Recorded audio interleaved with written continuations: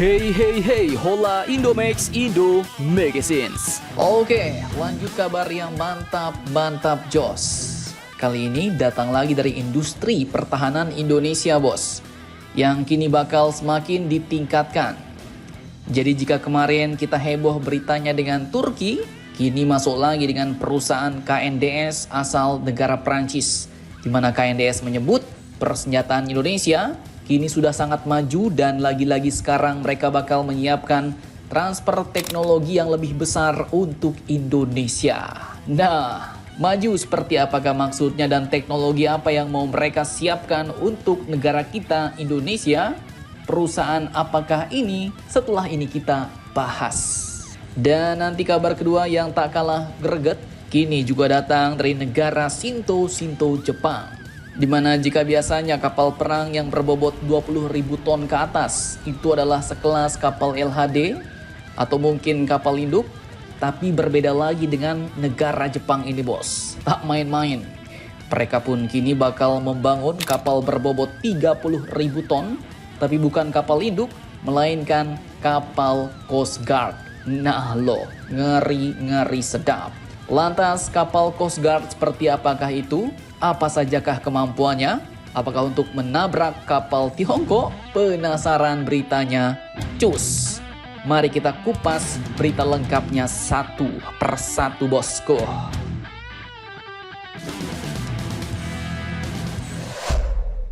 Oke, jadi kabar pertama datang dari KNDS Group nih bos. Kelompok industri pertahanan darat di Eropa yang kini kabarnya bakal meningkatkan kerjasama kemitraan dengan industri pertahanan Indonesia melalui transfer pengetahuan dan teknologi yang lebih besar lagi dalam pembuatan alutsista. Nah loh, masuk lagi dari Prancis nih bos.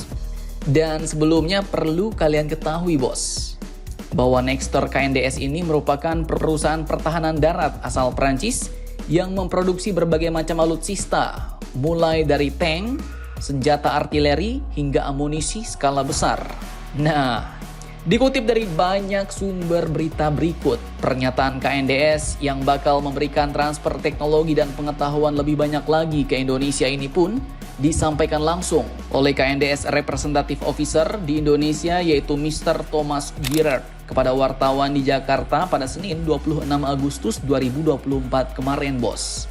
Dan lanjut ia katakan bahwa kami KNDS memiliki hubungan jangka panjang dengan Kemenhan dan TNI sejak 40 tahun silam dalam berbagai kerjasama di Indonesia.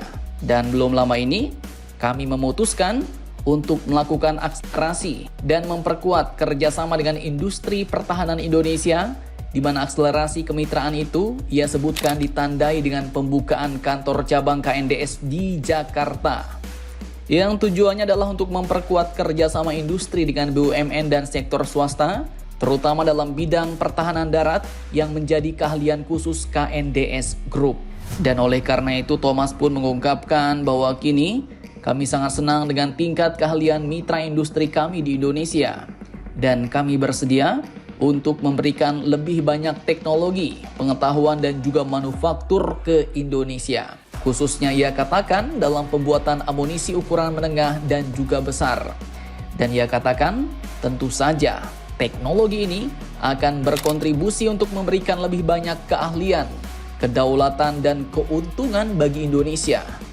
Ini adalah dua domain utama kami ketika bekerja sama dengan industri pertahanan Indonesia, ujar beliau. Mantap jos bos.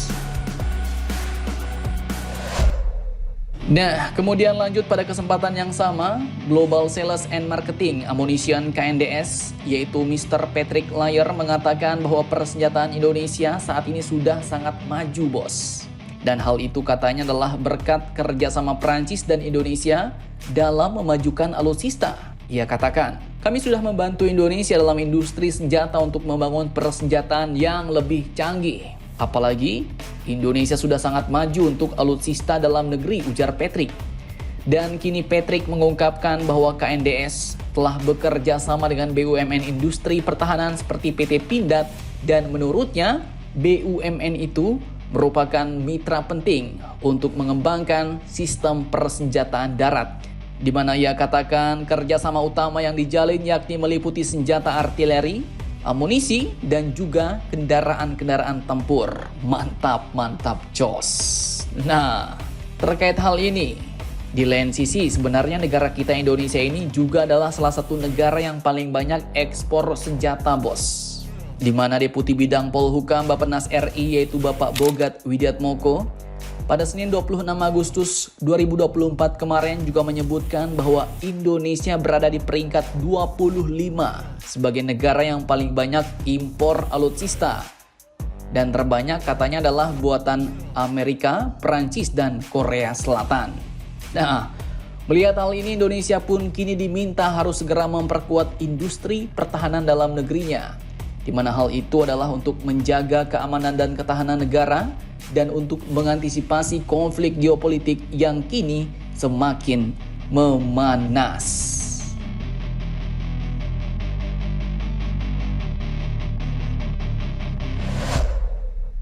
Oke, lanjut kini kabar yang tak kalah mantap datang dari Shinto Jepang, bos.